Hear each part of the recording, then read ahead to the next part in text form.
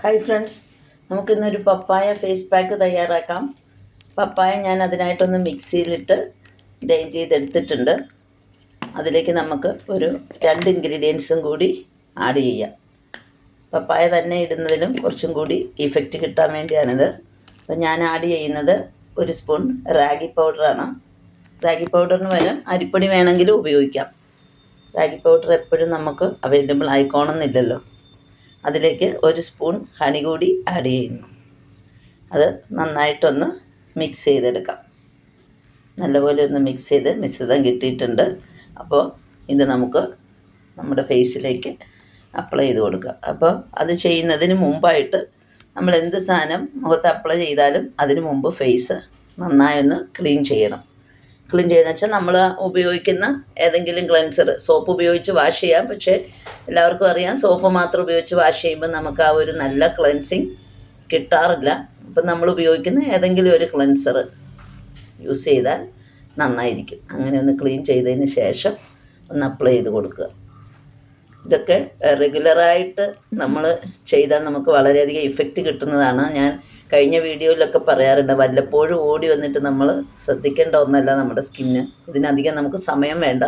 ഈ മിശ്രിതം കുറച്ച് മിച്ചം വന്നാലും നമുക്കത് ഫ്രിഡ്ജിൽ 2-3 ദിവസമൊക്കെ സൂക്ഷിച്ച് വെച്ച് ചെയ്യാൻ പറ്റും. കേടാവുകയില്ല. നല്ല അടപ്പുള്ള പാത്രത്തിലാക്കി അടച്ച് വച്ചിരുന്നാൽ മതി. അപ്പം പപ്പായൊക്കെ കിട്ടാൻ ഒരു ബുദ്ധിമുട്ടും ഇല്ലാത്ത സാധനമാണ്. ഇനി അരിപ്പൊടി ചേർത്താലും പ്രശ്നമില്ല. എനിക്ക് എപ്പോഴും അരിപ്പൊടിയെക്കാളും കുറച്ച് നല്ല റിസൾട്ട് ഈ റാഗി ചേർക്കുമ്പോഴാണ് തോന്നിയിട്ടുള്ളത്.